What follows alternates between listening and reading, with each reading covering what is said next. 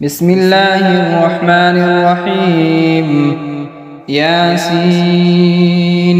والقرآن الحكيم إنك لمن المرسلين على صراط مستقيم تنزيل العزيز الرحيم لتنذر قوما ما أنذر آباؤهم فهم غافلون لقد حق القول على أكثرهم فهم لا يؤمنون إنا جعلنا في أعناقهم أغلالا فهي إلى الأذقان فهم مقمحون وجعلنا من بين أيديهم سدا ومن خلفهم سدا فأغشيناهم فهم لا يبصرون وسواء عليهم أأنذرتهم أم لم تنذرهم لا يؤمنون إنما تنذر من اتبع الذكر وخشي الرحمن بالغيب فبشره بمغفرة وأجر كريم إنا نحن نحيي الموتى ونكتب ما قدموا وآثارهم وكل شيء أحصيناه في إمام مبين واضرب لهم مثلا أصحاب القرية إذ جاءها المرسلون إذ أرسلنا إليهم اثنين فكذبوهما فعززنا بثالث فقالوا إنا إليكم مرسلون قالوا ما أنتم إلا بشر مثلنا وما أنزل الرحمن من شيء إن أنتم إلا تكذبون قالوا ربنا يعلم إنا إليكم لمرسلون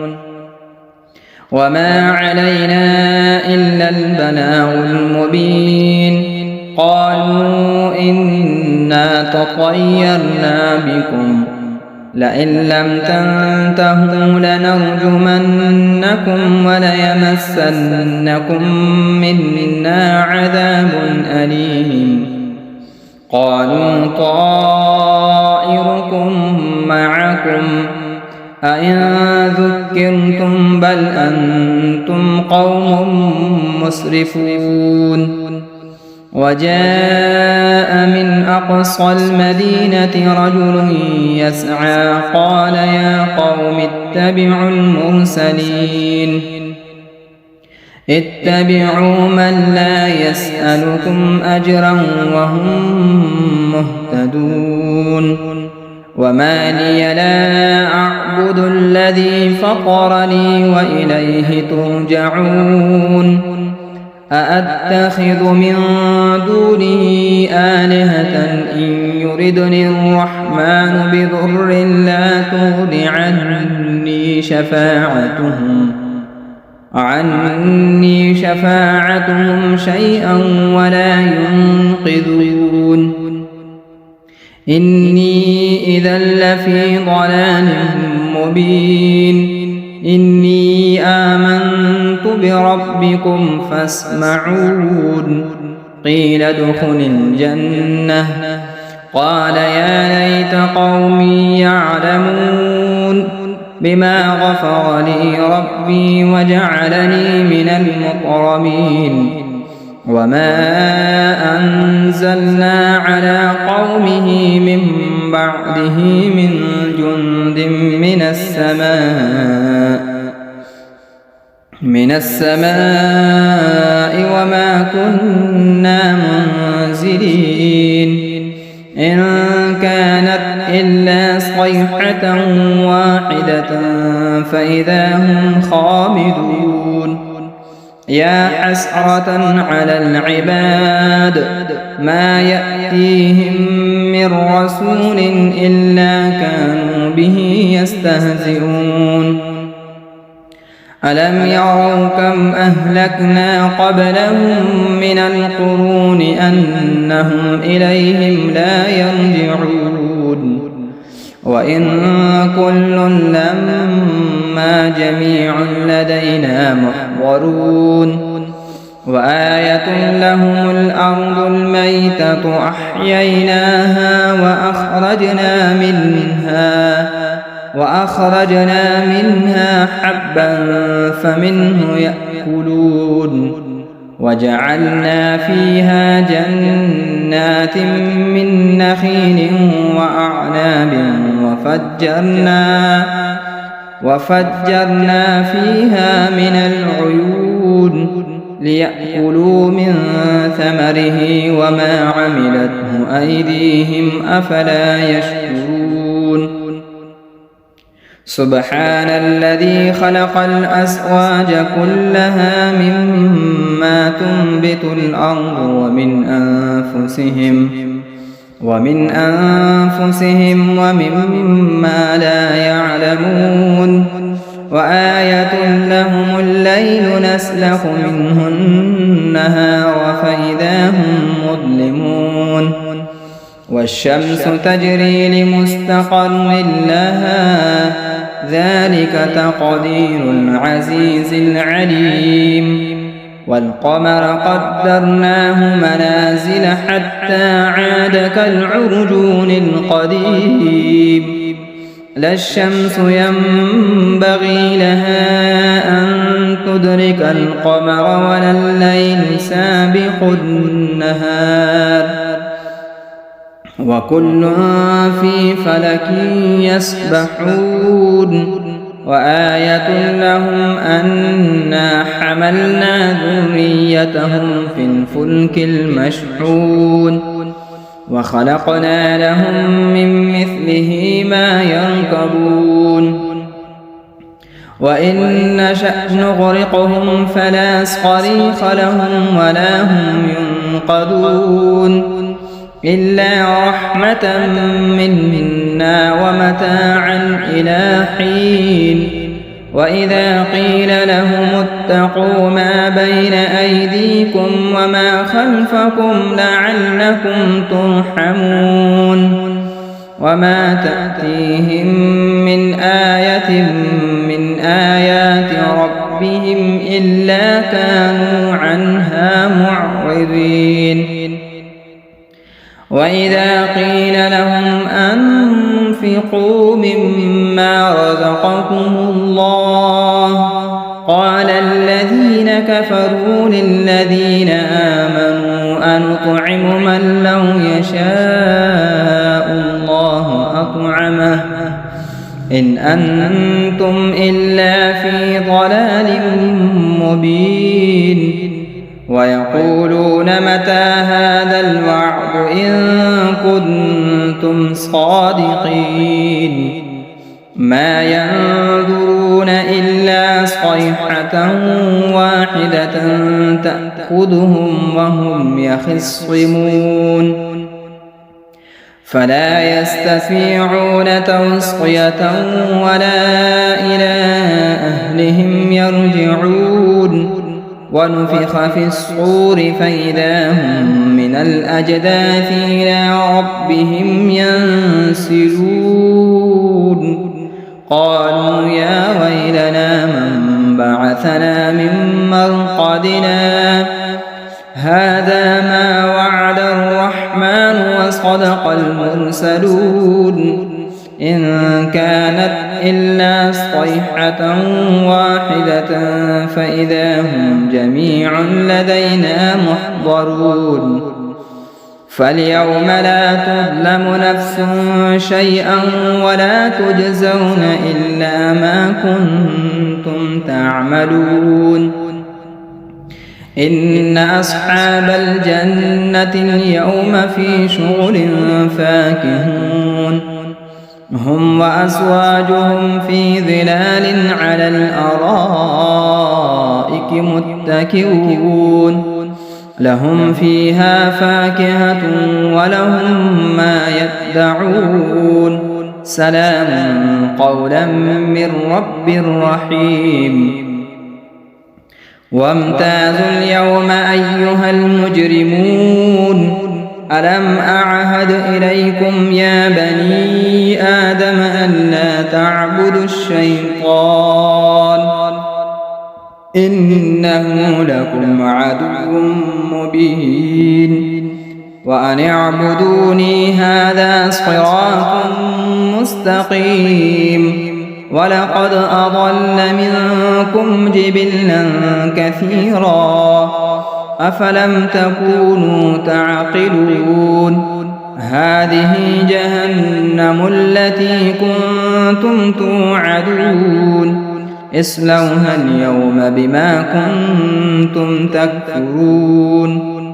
اليوم نختم على أفواههم وتكلمنا أيديهم وتشهد أرجلهم بما كانوا يكسبون ولو نشاء لطمسنا على أعينهم فاستبقوا الصراط فأنى يبصرون ولو نشاء لمسخناهم على مكانتهم فما استطاعوا مضيا ولا يرجعون ومن نعمره ننكسه في الخلق أفلا يعقلون وما علمناه الشعر وما ينبغي له إن هو إلا ذكر وقرآن مبين لينذر من كان حيا ويحق القول على الكافرين أولم يروا أنا خلقنا لهم مما عملت أيدينا أنعاما فهم لها مالكون وذللناها لهم فمنها ركوبهم ومنها يأكلون ولهم فيها منافع ومشارب أفلا يشكرون واتخذوا من دون الله آلهة لعلهم ينصرون لا يستطيعون نصرهم وهم لهم جند محضرون فلا يحزنك قولهم إنا نعلم ما يسرون وما يعلنون أولم ير الإنسان أنا خلقناه من نطفة فإذا هو خصيم مبين وضرب لنا مثلا ونسي خلقه قال من يحيي العظام وهي رميم قل يحييها الذي أنشأها أول مرة وهو بكل خلق عليم الذي جعل لكم من الشجر الأخضر نارا فإذا أنتم منه توقدون أوليس الذي خلق السماوات والأرض بقادر على أن يخلق مثلهم بلى وهو الخلاق العليم إنما أمره إذا أراد شيئا أن يقول له كن فيكون فسبحان الذي بيده ملكوت كل شيء وإليه ترجعون بسم الله الرحمن الرحيم الرحمن علم القرآن خلق الإنسان علمه البيان الشمس والقمر بحسبان والنجم والشجر يسجدان والسماء رفعها ووضع الميزان ألا تطغوا في الميزان وأقيموا الوزن بالقسط ولا تخسروا الميزان والأرض وضعها للأنام فيها فاكهة والنخل ذات الأكمام والحب ذو العصف والريحان فبأي آلاء ربكما تكذبان خلق الإنسان من صلصال كالفخار وخلق الجان من مارج من نار فبأي آلاء ربكما تكذبان رب المشرقين ورب المغربين فبأي آلاء ربكما تكذبان مرج البحرين يلتقيان بينهما برزخ لا يبغيان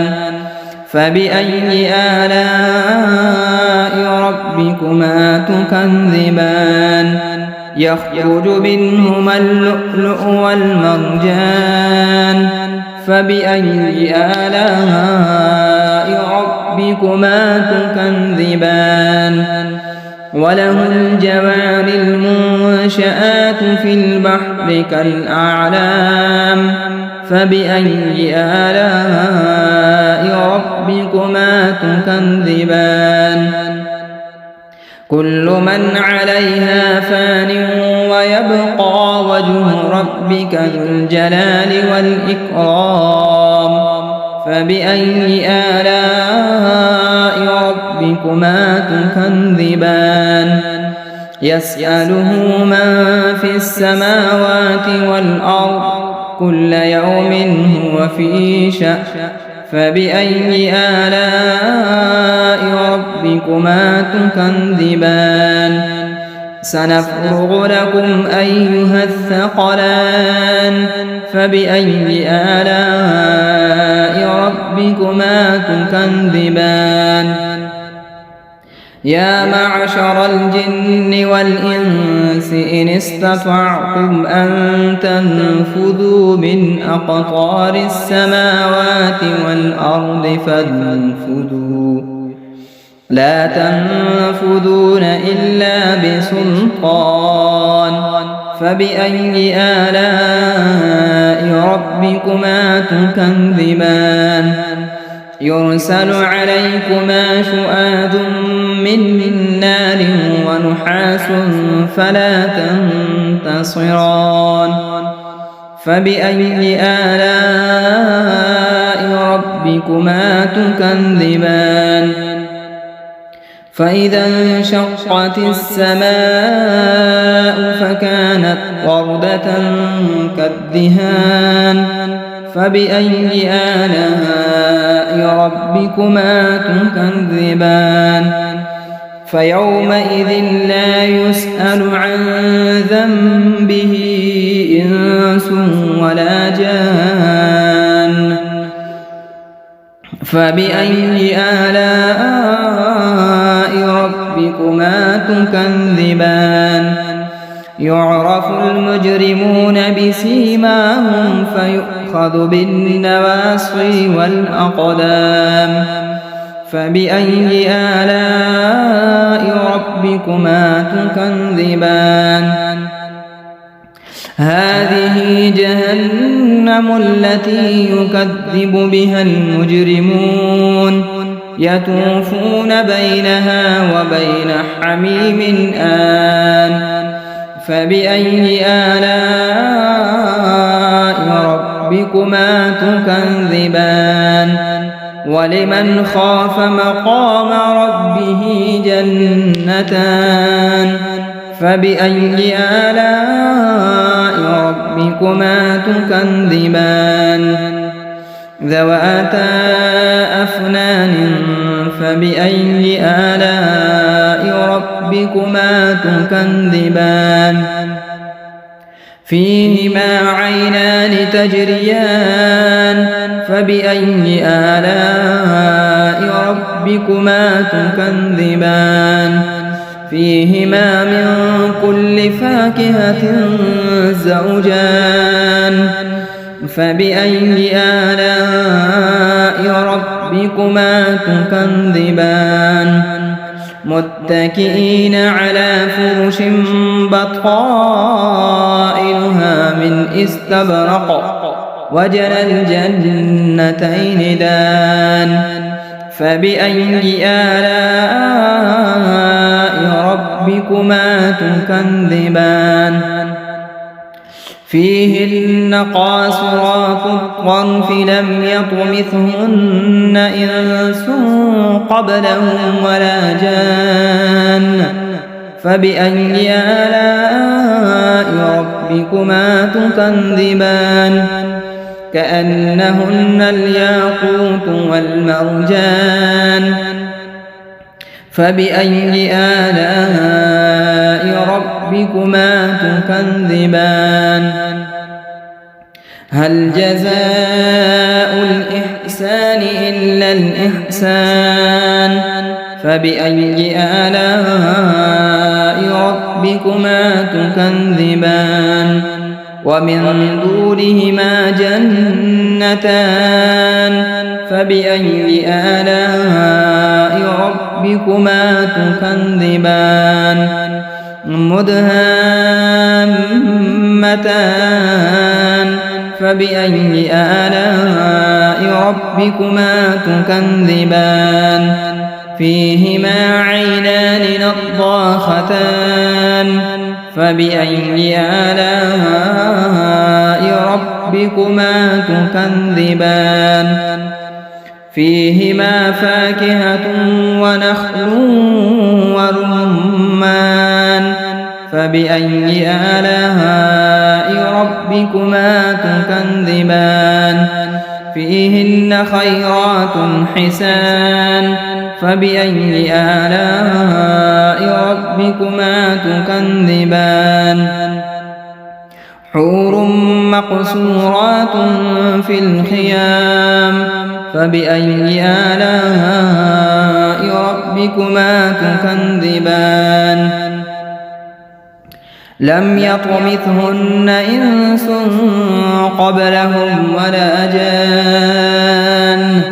فبأي آلاء ربكما تكذبان متكئين على رفرف خضر وعبقري حسان فبأي آلاء ربكما تكذبان تبارك اسم ربك ذي الجلال والإكرام بسم الله الرحمن الرحيم إذا وقعت الواقعة ليس لوقعتها كاذبة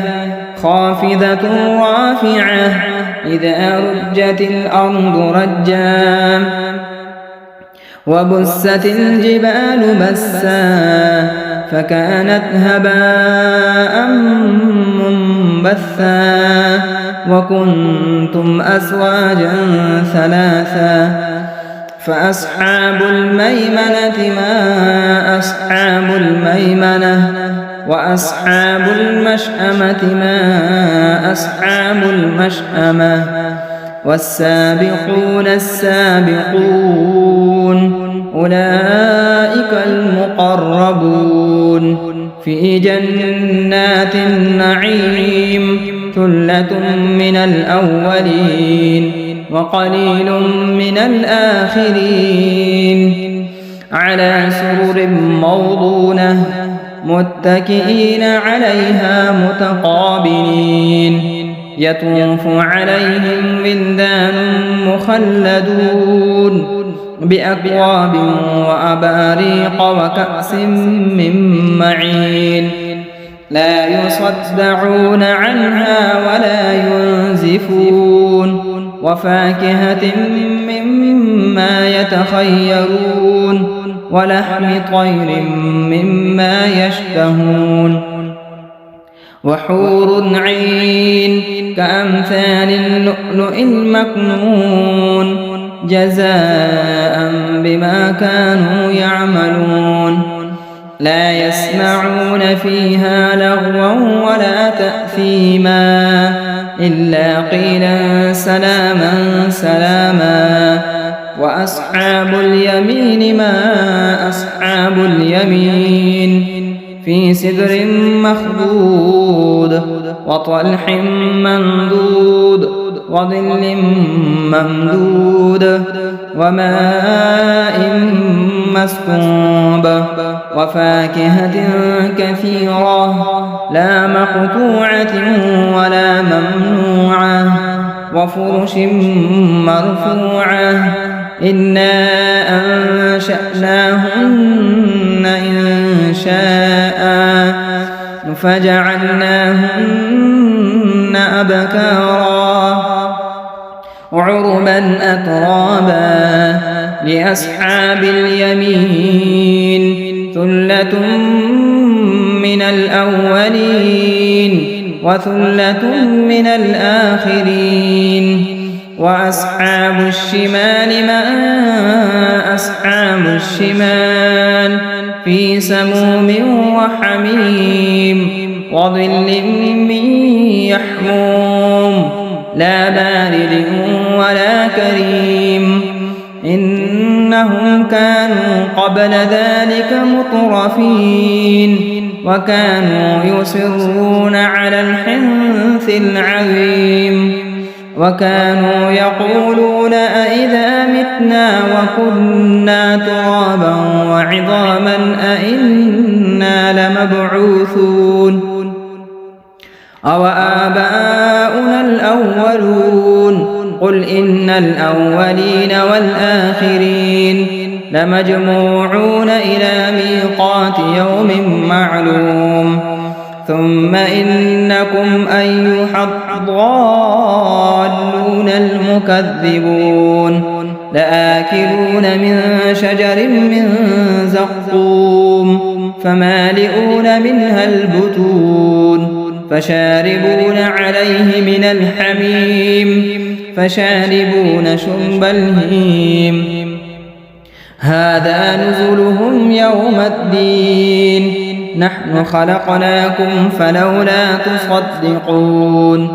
أفرأيتم ما تمنون أأنتم تخلقونه أم نحن الخالقون نحن قدرنا بينكم الموت وما نحن بمسبوقين على أن نبدل أمثالكم وننشئكم فيما لا تعلمون ولقد علمتم النشأة الأولى فلولا تذكرون أفرأيتم ما تحرثون أأنتم تزرعونه أم نحن الزارعون لو نشاء لجعلناه حطاما فظلتم تفكهون إنا لمغرمون بل نحن محرومون أفرأيتم الماء الذي تشربون أأنتم أنزلتموه من المزن أم نحن المنزلون لو نشاء جعلناه أجاجا فلولا تشكرون أفرأيتم النار التي تورون أأنتم أنشأتم شجرتها أم نحن المنشئون نحن جعلناها تذكرة ومتاعا للمقوين فسبح باسم ربك العظيم فلا أقسم بمواقع النجوم وإنه لقسم لو تعلمون عظيم إنه لقرآن كريم في كتاب مكنون لا يمسه إلا المطهرون تنزيل من رب العالمين أفبهذا الحديث أنتم مدهنون وتجعلون رزقكم أنكم تكذبون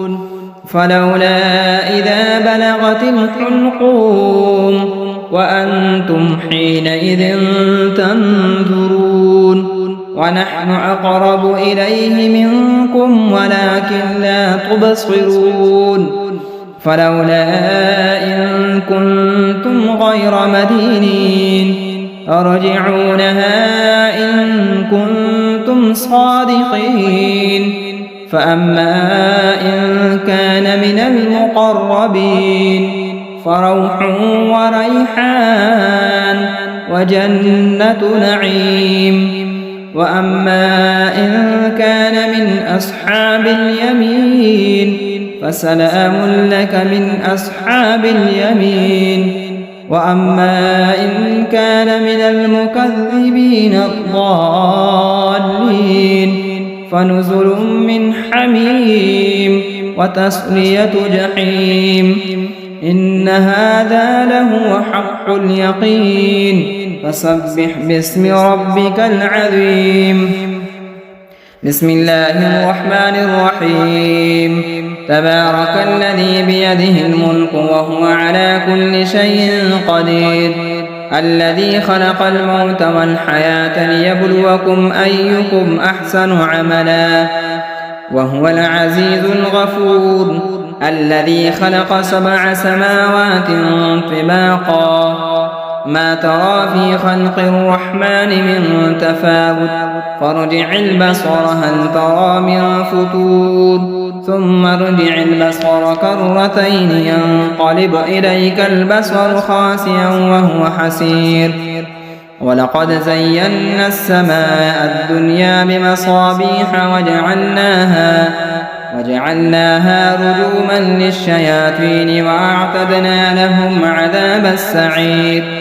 وللذين كفروا بربهم عذاب جهنم وبئس المصير إذا ألقوا فيها سمعوا لها شهيقا وهي تفور تكاد تميز من الغيظ كلما ألقي فيها فوج سألهم خزنتها ألم يأتكم نذير قالوا بلى قد جاءنا نذير فكذبنا وقلنا ما نزل الله من شيء إن أنتم إلا في ضلال كبير وقالوا لو كنا نسمع أو نعقل ما كنا في أصحاب السعير فاعترفوا بذنبهم فسحقا لأصحاب السعير إن الذين يخشون ربهم بالغيب لهم مغفرة وأجر كبير وأسروا قولكم أو اجهروا به إنه عليم بذات الصدور ألا يعلم من خلق وهو اللطيف الخبير هو الذي جعل لكم الأرض ذلولا فامشوا في مناكبها وكلوا من رزقه وإليه النشور أأمنتم من في السماء أن يخسف بكم الأرض فإذا هي تمور أم أمنتم من في السماء أن يرسل عليكم حاصبا فستعلمون كيف نذير ولقد كذب الذين من قبلهم فكيف كان نكير أولم يروا إلى الطير فوقهم صافات ويقبض ما يمسكهن إلا الرحمن إنه بكل شيء بصير أمن هذا الذي هو جند لكم ينصركم من دون الرحمن إن الكافرون إلا في غرور أمن هذا الذي يرزقكم إن أمسك رزقه بل لجوا في عتو ونفور أفمن يمشي مكبا على وجهه أهدى أمن يمشي سويا على صراط مستقيم قل هو الذي أنشأكم وجعل لكم السمع والأبصار والأفئدة قليلا ما تشكرون قل هو الذي ذرأكم في الأرض وإليه تحشرون ويقولون متى هذا الوعد إن كنتم صادقين قل إنما العلم عند الله